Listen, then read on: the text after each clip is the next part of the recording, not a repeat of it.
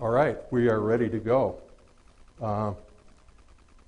Thank you very much for the invitation to be here, Darren, and I look forward to 2 interesting days talking about biomass in the West. If you saw me stumbling my way up to the podium here with a cane, this is part of the explanation. It has to do with this beautiful wild native cutthroat in Idaho. And I'll reserve fish stories for later, and we'll get on with the presentation here. I want to give you an introduction, a little background and context in which to put the complex business of public policy. So we'll go through a few bullets there, and then we'll talk about the need for a cohesive wood bioenergy policy. Biomass comes from a lot of different sources, as this diagram indicates. The one we're going to be focusing on here is forestry crops and residues in the upper left, but there are many other sources of biomass as well. And biomass is unique among the renewable energy sources because it can be used to make heat, what we call biomass thermal. It can be used as a transportation fuel, biofuel, and it can be used to generate electricity or biopower. Biomass is the largest renewable energy source. Of the 8% of the energy that we consume in the United States, biomass provides more than half of that. And of the different biomass segments, wood is the largest. And only hydropower as a renewable energy source exceeds wood biomass. Biomass fuels provide about 4% of the energy used in the United States. Researchers are trying to figure out ways to burn more biomass and less fossil fuels because using biomass for energy may cut back on waste and greenhouse gas emissions. Wood was the main source of energy in the United States and virtually everywhere else until the mid-1800s. Today, wood and wood waste provide about 2% of the energy we use today. And about 80% of that wood and wood waste fuel is consumed by industry.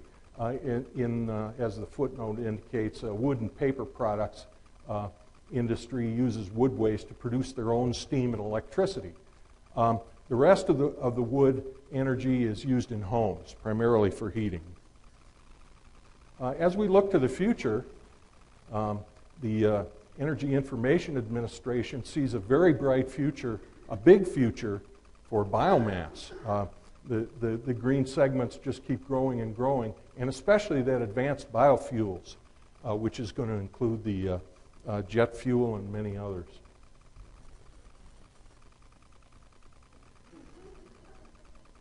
I actually saw that airplane. It's as cool as it looks in a picture. The Pacific Northwest's abundance of biomass makes it an ideal region for a viable aviation biofuels industry, not to mention the Boeing Corporation in Seattle, Washington. So overcoming key obstacles is the focus of a brand new $40 million research project that was just announced a few weeks ago. It's being led by Washington State University and includes a broad consortium of scientists from various universities, including the University of Idaho, government laboratories, and private industry, including warehousing. Woody biomass definitions are important. Woody biomass, the location of woody biomass, the blue areas are the most dense areas of woody biomass per acre in our forests in the United States. And the shades of green, the darker shades are more dense than the lighter shades that shade down to yellow. So you can definitely see the Pacific Northwest is a real, that's a reason why the Biofuels Initiative is targeted there for jet fuel. Lots of wood. January this year, the Western Forester had a special issue on biomass with a lead article, Why Biomass, Why Now? And I had an article inside there on a primer on economics and policy of forest biomass markets, in which I wrote, biomass is defined differently in various government agency reports and in public policies. And this creates some confusion. Let's think about logging slash and pre-commercial thinnings, and let's call that forest biomass. Not the totality of woody biomass, as that earlier map indicated, but instead the residues out in the forest from management activities. Wood energy is a byproduct, and wood energy has its own byproducts. First of all, sawmill residues. These are the low-hanging fruits of woody biomass utilization, and almost all sawmill residues are already used for making products and for energy production. So the logging residues and the thinnings, both of them are very costly to remove from the site, but if left on the site, they're going to add value to the site in terms of nutrients, but it's a widely recognized social objective to remove some of this material, primarily because of wildfire situation. So these logging residues and thinnings we call forest biomass. And then there's short rotation woody crops. Brand new, just out last Friday, is the electronic version of a special report by the Society of American Foresters, a supplement to the Journal of Forestry, on carbon management. And in it is a section on biomass use and feedstock issues. This isn't even out in print yet, but it is available on the internet. It's brand new. Short rotation woody crops do have a potential to increase biomass supply. This is a poplar plantation in Boardman, Oregon. Interesting geometrics. When you get tens of thousands of acres of poplar plantations together, that's a lot of wood, and it grows quickly. And that's down inside one of those plantations. So wood bioenergy has byproducts itself. It's an opportunity to do three things: to restore fire resiliency in our ecosystems, second, to find renewable energy, and third, to revitalize our rural economies. We're starting to call that the triple win, and maybe you should too. And in addition to that, there's a bonus coupon, and that's the management of carbon dioxide. In addition to the triple win, this bonus coupon of carbon capture and storage is unlikely to become a primary forest management objective, but it is something that we will always need to consider from here on out.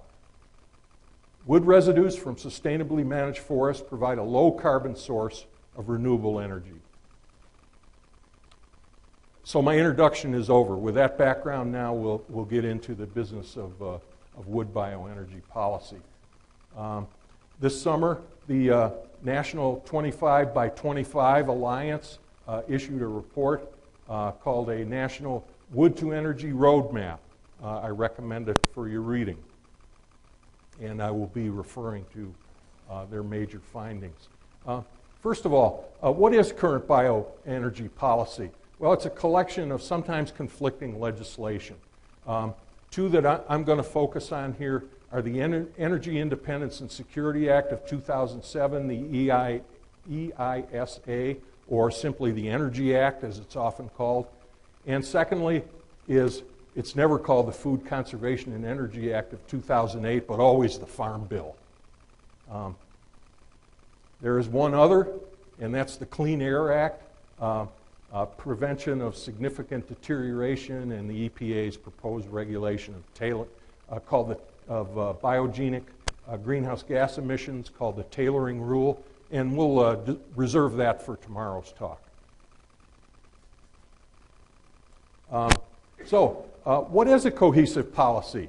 We'll look at wood bioenergy potential policy objectives and goals, what the elements of cohesive policy might be, and then political action that might be taken to get a cohesive policy.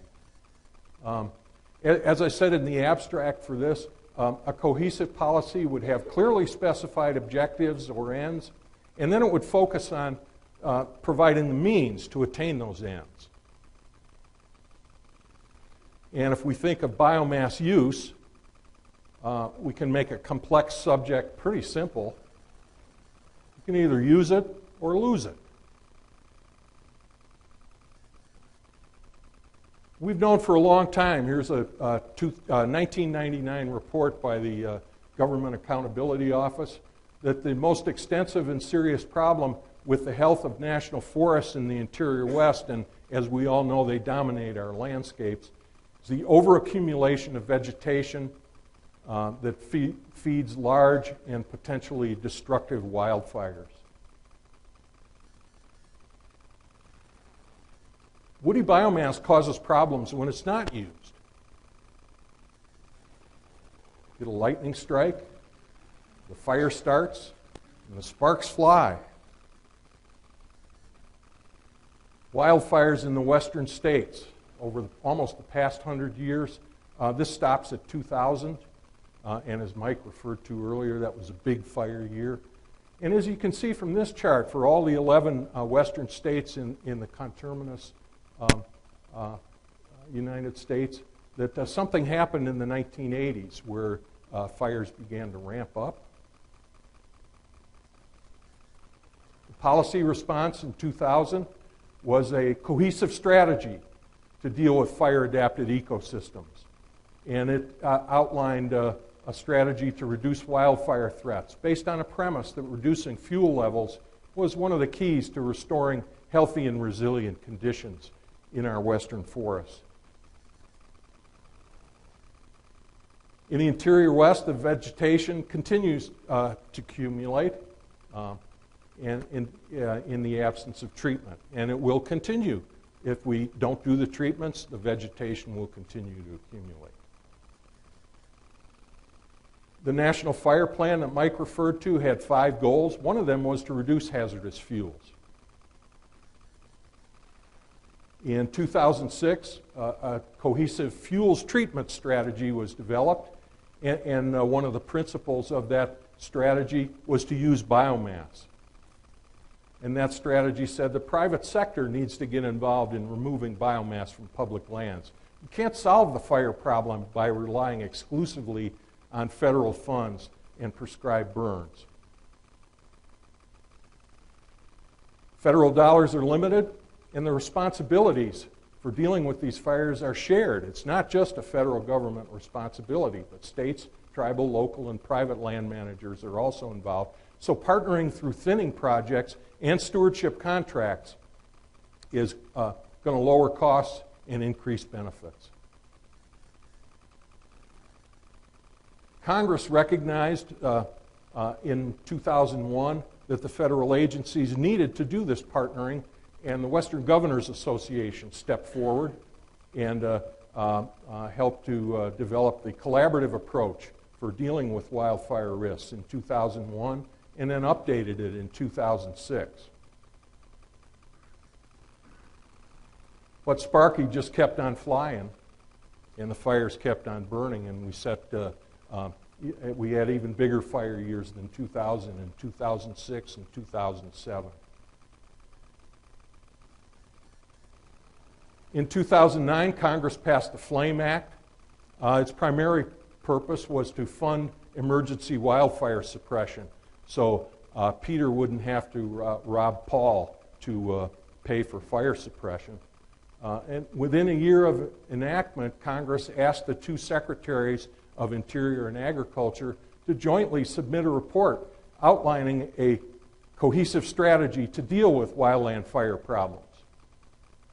1 year after this act was passed in 2009, so we should have that cohesive strategy, but it's in the works right now. It's a 3-phase strategy that's going to involve 3 elements. And phase 2 of the strategy is regional strategies. So a western, northern, and eastern strategy are being developed at the national levels, and those will be announced very shortly.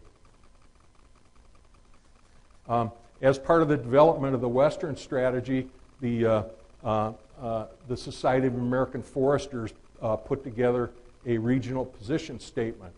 And the title of it is long on purpose because it contains the 3 goals or objectives of the cohesive wildfire management plan at the national level, plus the idea that we need to do active vegetation management on a large scale. So those 3 goals of the cohesive strategy are: first, restore and maintain resilient landscapes; second, help create fire-adapted communities; and third, improve responses to wildfire. Goals 2 and 3 are made much, much easier by careful attention to Goal 1, restoring and maintaining resilient landscapes. Well, in that position statement, the SAF cited recent work by the Western Governors Association Forest Health Advisory Committee that deal with large-scale forest restoration. And just briefly, a report that came out last December had a dozen recommendations in it. One of them, recommendation 11, was the need to create a predictable supply of goods and services. Market-based restoration can enable cost-effective treatments. And to develop and maintain local capacity, we need a predictable supply of forest products as well as a labor force to attract private investment. The governors liked that work that was done by the Forest Health Advisory Committee and pulled together a policy resolution that you can find on the internet and possibly use. The governors wanted the Departments of Interior and Agriculture to work with the states and consult with them on large-scale forest restoration projects that include the federal lands. To develop rolling 5-year action plans based on the assessments and priorities that are now expressed in statewide forest resource assessments and strategies, and include not only timber but also vegetation and wildlife management programs, and develop these priorities collaboratively by working with stakeholder groups and regulatory agencies. Wood bioenergy policy objectives or goals. There's some policy ambivalence regarding objectives and goals. There's quite broad general agreement that the objectives of policies ought to be reducing reliance on foreign oil, reducing greenhouse gas emissions, providing new markets for products, and providing jobs. But there's a problem with this approach, and that's a lack of a clear policy focus, or policy ambivalence, if you will, as it's called in this report. This increases the likelihood of policy conflicts and inattention to key concerns. So the governors wrote a letter to Carol Browner, and she's since disappeared. She's no longer the president's climate change and energy advisor. But the letter still stands, even though the WGA never got a reply to it. They called for a cohesive federal biomass policy to improve forest and environmental conditions via partnerships. This was last year. The chair and vice chair, biomass energy for new markets creates demand and value for material that comes from hazardous fuel reduction. But we need private investments to offset the deficit of public funds. So we encourage the federal agencies to work with the states and develop a clear and unambiguous federal policy on biomass that recognizes the benefits of using it for bioenergy and to make the resolution of this issue a top priority.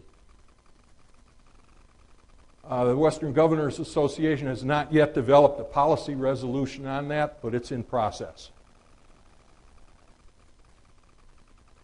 The elements of a cohesive policy will likely be the things I'm going to talk about here. It's complicated. That's a great title for a movie with Meryl, but we got to simplify things a little bit in order to make progress. So let's try to keep it simple. Well, the most common form of biomass is wood, and we've been using wood for thousands of years for energy. And tomorrow, we will be extracting chemicals from wood for a variety of purposes, including transportation fuels. The 25 by 25 coalition pulled together a wood-to-energy working group consisting of various groups, organizations, companies, and academics to explore 4 topics vital to the success of future biomass energy activities. And I'll go through each of those 4 very quickly. First, wood supply and demand. There are 8 key findings. These are 2 of them. Demand is driven by public policy. Second, the role of public forest lands is expected to be modest.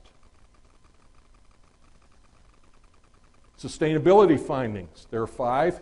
Removal of, this is just 1, removal of woody biomass can help prevent or reduce wildfires. Regarding carbon and climate change, there are 4 key findings. This is just one of them. Discussion of carbon and climate change must include the relationship between biomass, wildfire, and carbon emissions on public forest lands. The policy recommendations, which stemmed from those 3 areas of findings, there were 10 in total. These are just 3 of them. Number 1, maintain a simple, consistent definition of biomass. Number 2, treat all biomass energy facilities the same. Number 3, increase wood supplies. And one way to do that is to restore public and private forest lands to reach their productive potential for wood and the other benefits they provide to society. 5 years ago, the Western Governors Association had a biomass task force, about 25 individuals who are really knowledgeable about this area, and they came up with 10 policy recommendations. And just the 3 in bold there I will mention.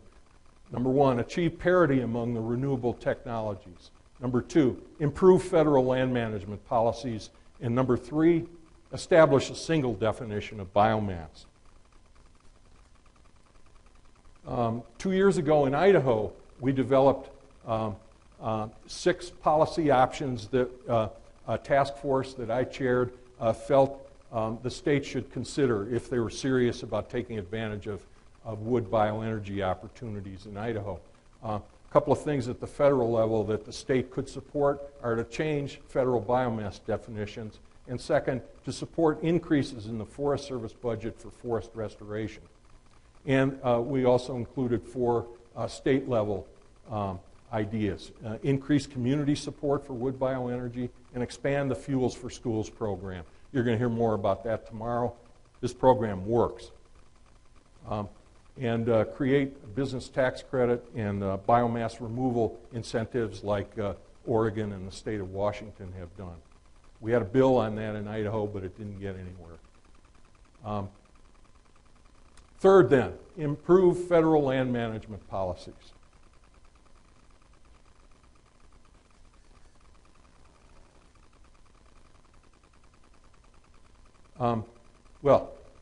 We're going to do the go through each of those 3 that I just showed, and I better back up and show those again. So these are the 3 elements of a cohesive policy. Establish the single definition of biomass, achieve parity among renewable technologies, and I'll explain what's meant by that, and then third, improve federal land management policies. So we'll go through each of these 3.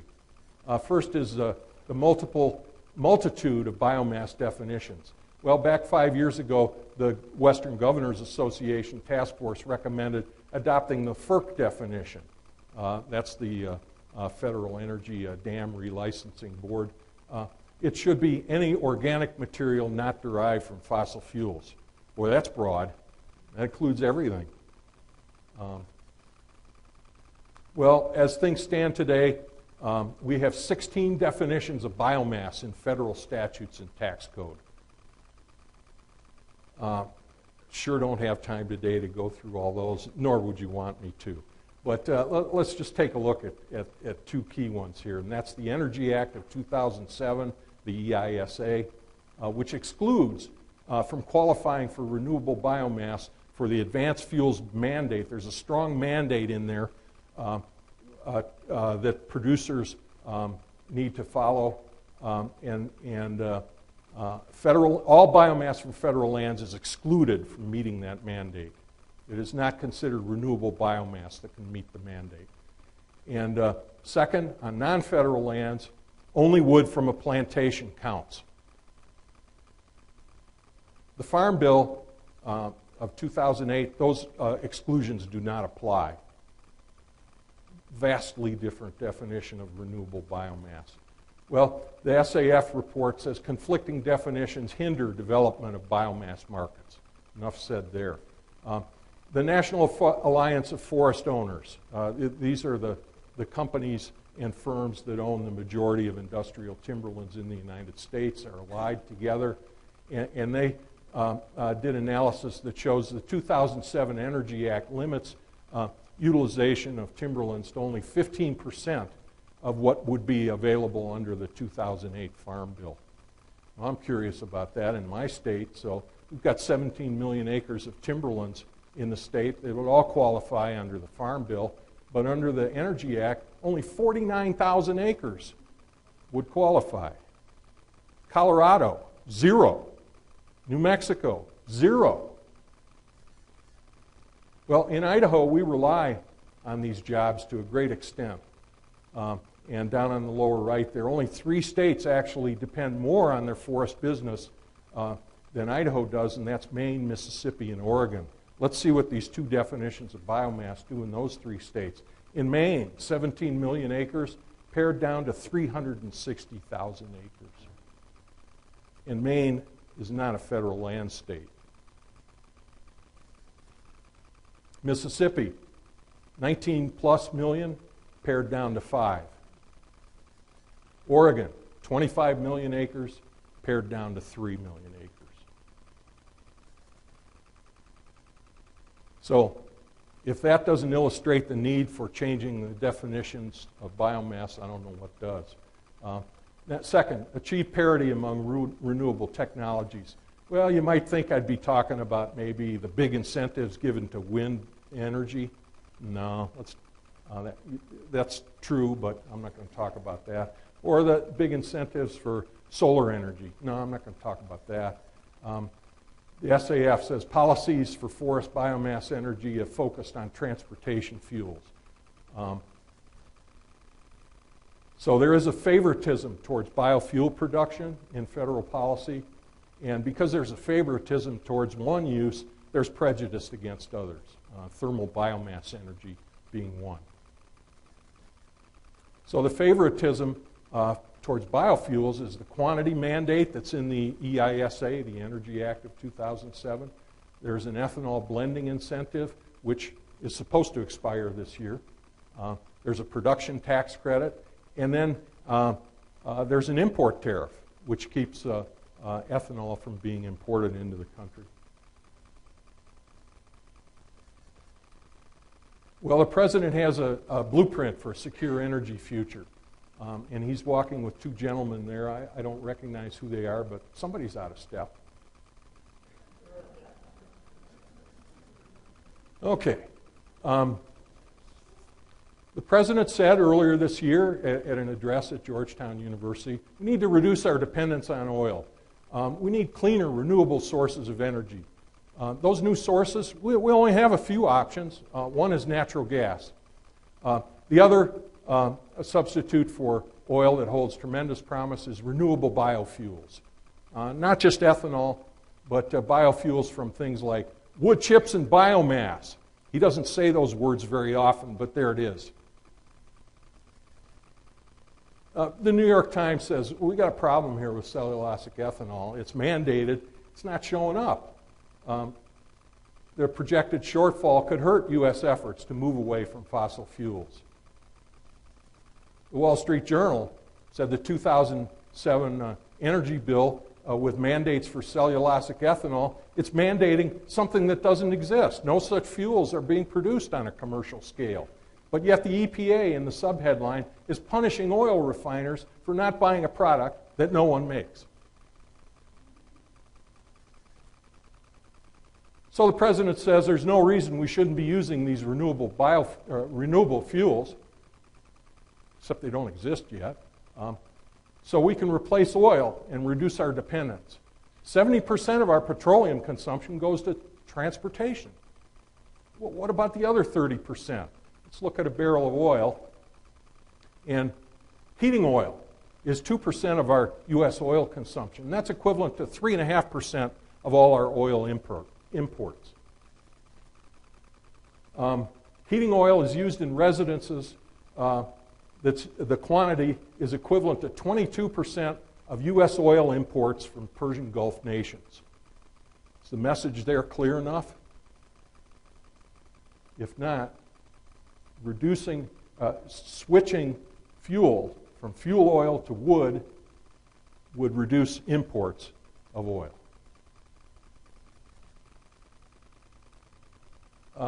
On the left is a pie chart showing household fuel use, the percent of households in the United States that use various sources to heat their homes.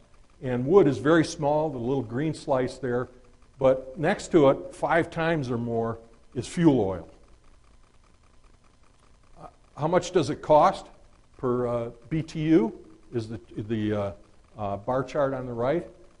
Wood, either pellets or cordwood, are both much less expensive than fuel oil.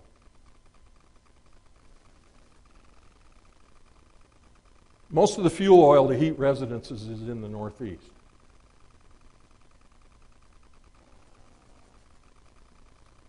So here in Garfield's house, he's told the oil companies to go to where the fire burns really hot.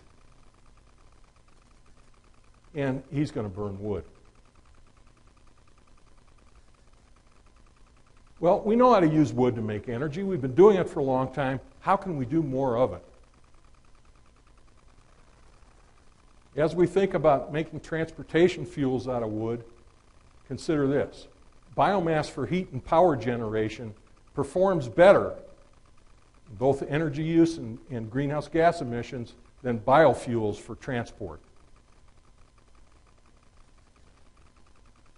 Cellulosic ethanol there in the middle. This is the biomass to energy conversion efficiency.